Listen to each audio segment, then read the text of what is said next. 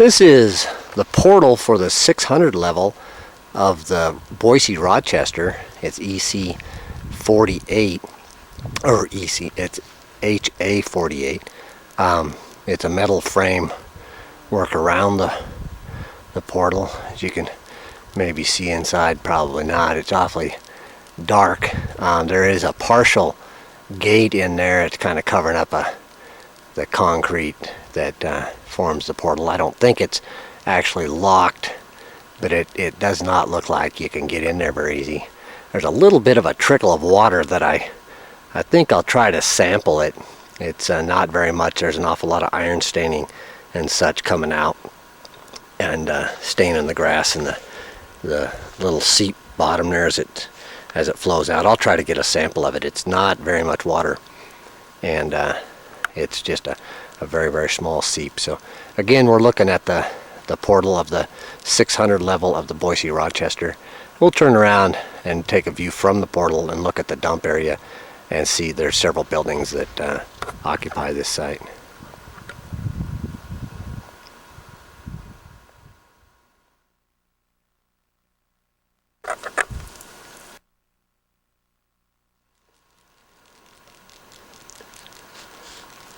Here we're looking out on the dump area of the 600 level of the Boise-Rochester.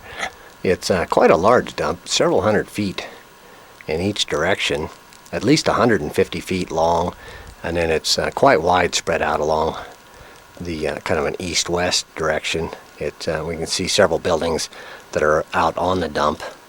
There's miscellaneous pipe and sample bags, and down just to the east of us here there was a building it looks like that burned. There's a bunch of tin and other scrap metal laying around there. It looks like it was a building at one time. This is just to give an idea of what the dump area looks like. It's quite a large flat with several structures, a fuel tank, and other buildings, sheds. There's those straw rolls that they use for erosion barriers on the hillsides around in the burn. So this is it for this part of the Boise-Rochester. We'll take a look at the kind of a profile of the dump and see how steep it is. There's not a very good view of the dump, maybe from below, but it's kind of difficult to get a view of it. So we'll go over and try that and then move on.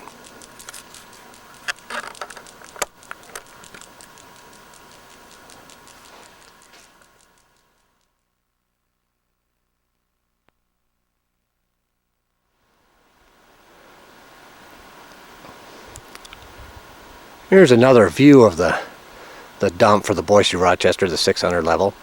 We're looking kind of, well, basically south or northeast, kind of looking into along the dump there, and you can see some of them buildings on a different angle than we saw before. Again, right around, and then there's the portal that we were looking at before, with the metal frame around it. We'll maybe get one more perspective of this, and then that's it.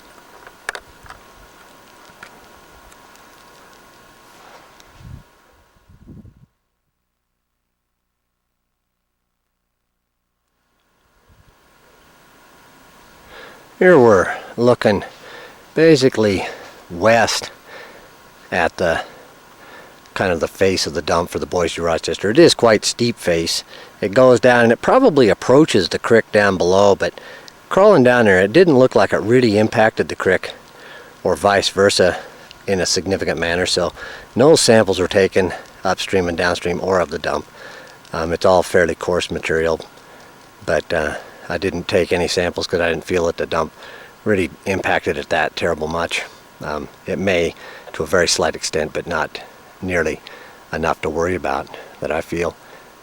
Again, here's another perspective of some of the buildings, and this pile of samples and such going on up the road that leads away from the 600 level of the Boise-Rochester.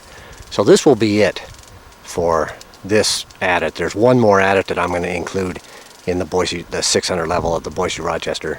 It's not the 600 level proper. It's just an adit that's real close by that I will include in this in this property.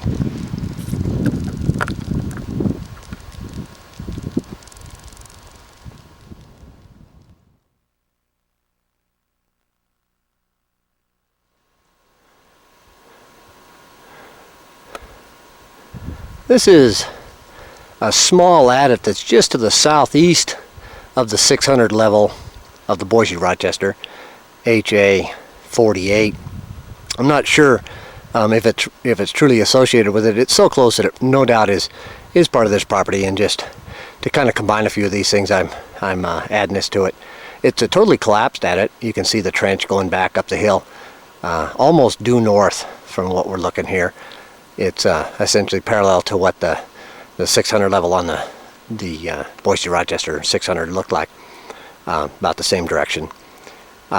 There's not much to see here. We'll turn around and look down the dump. It's about 65 feet long and maybe 20 or so feet wide. It comes out and it's on a fairly steep hill, and it just bails right straight off down to the road that leads up here, up Montezuma Creek.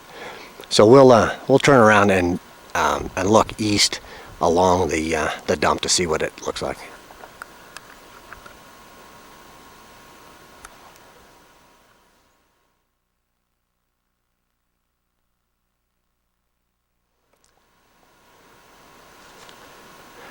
Here we're looking east approximately along the dump from this small caved adit that's associated with the Rochester 600, Boise-Rochester 600 level. It's about 65 feet from where I'm standing out there, about where the light colored material goes away into the trees. It bails off, and that's about the end of it, about 65 feet from here. You can see it's a real steep face on the dump. It goes down to the main road, which is that light patch down there. Is a switchback that goes down Montezuma Creek, and it's not that much of a dump. It's probably at the most about 10 feet deep average, so there's not really a lot here. So this will be it for the Boise-Rochester 600 level. We'll go down to the 900 level now, which is just below us on the road.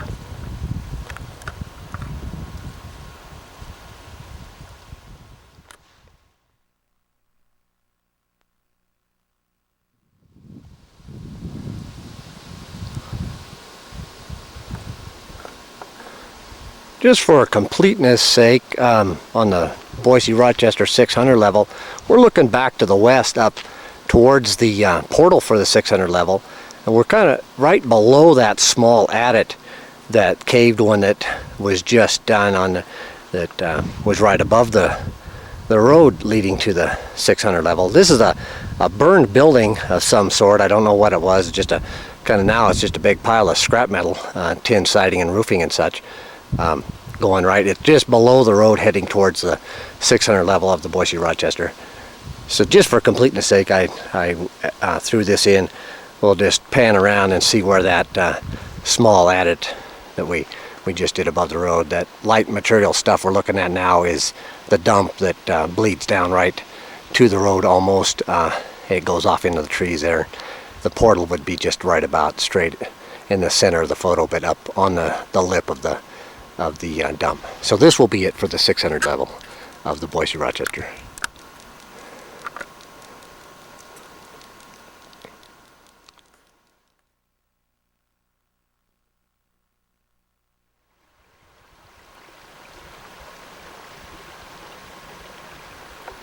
This is the 900 level of the Boise-Rochester.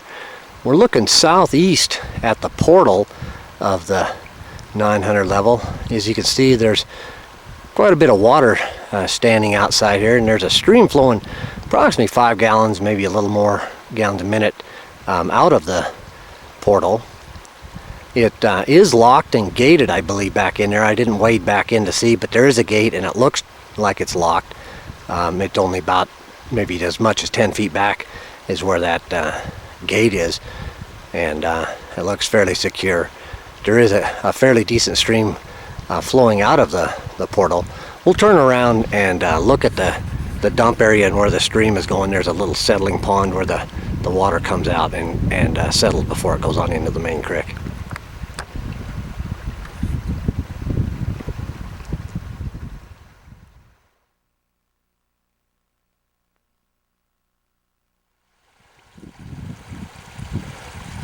Here we're looking northwest from the portal of the 900 level of the Boise-Rochester. It's HA0048.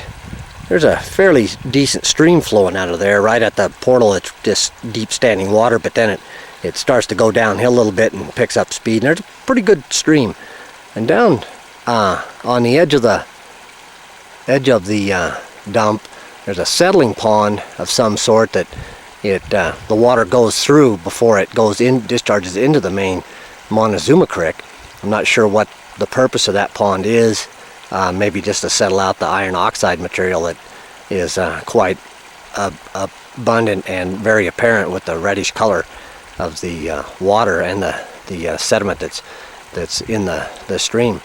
So we'll just pan around kind of to the northwest and just look at the size of the dump. It's a very, very large dump. It may have been spread out substantially, I'm not sure, but it's about 300 feet long and 200 feet wide, and there's a large brush pile kind of right down the middle, or the 1/3 edge of it.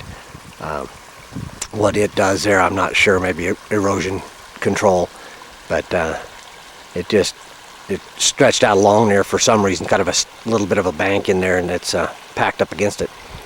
So this we'll look at the dump from down below, and then that'll be it. In the distance, you can see a cabin over there. That's the main Talachi camp, apparently where most everybody lived when they worked at this mine. There's one building standing, and there's several others over there that have fallen down. That's just to the northwest of us here, across Montezuma Creek. We won't go over and look at it though, but we'll look at the lower end of the dump as we go by it, that kind of to the northwest of us here.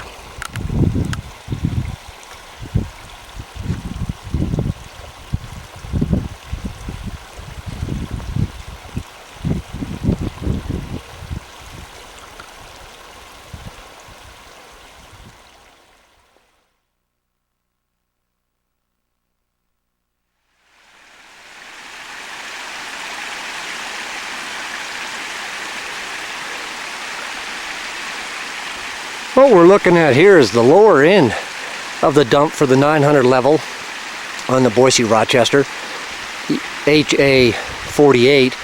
We're looking kind of almost straight east, or straight west, I'm sorry, at the lower end. It's been contoured and modified quite a bit with cat work. You can see the brush piles along up by where we saw before, just out of the portal. Not much to see. Montezuma Creek runs right real close to the lower edge of it. And it probably impacts it to a certain extent, but it's hard to say just how much.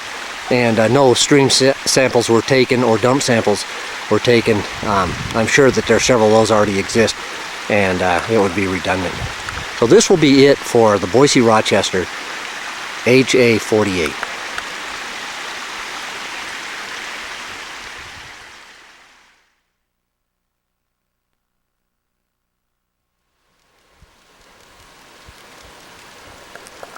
One more note for the Boise-Rochester. What we're looking at here, we're looking almost north at the mill that's right adjacent to the dump, the lower part of the dump to the northwest of the Boise-Rochester 900 level. You can see it's been burned. There's an awful lot of scrap metal around. It's I presume it's on dump material itself. See where the gravity mill was up on the hill up here, going up away from the lower part here, going up. It's all the wood structure is burned. All that's left is some concrete footings. There's not really much here. I don't know about mill tailings. I never really saw any. I think they have been moved out of here down the creek to a tailings area, storage area that will be dealt with later. But this is just one more footnote to the Boise-Rochester. This is the mill that is right adjacent to the tailings to the northwest of the big tailings dump. So this will be it for the Boise-Rochester HA0048.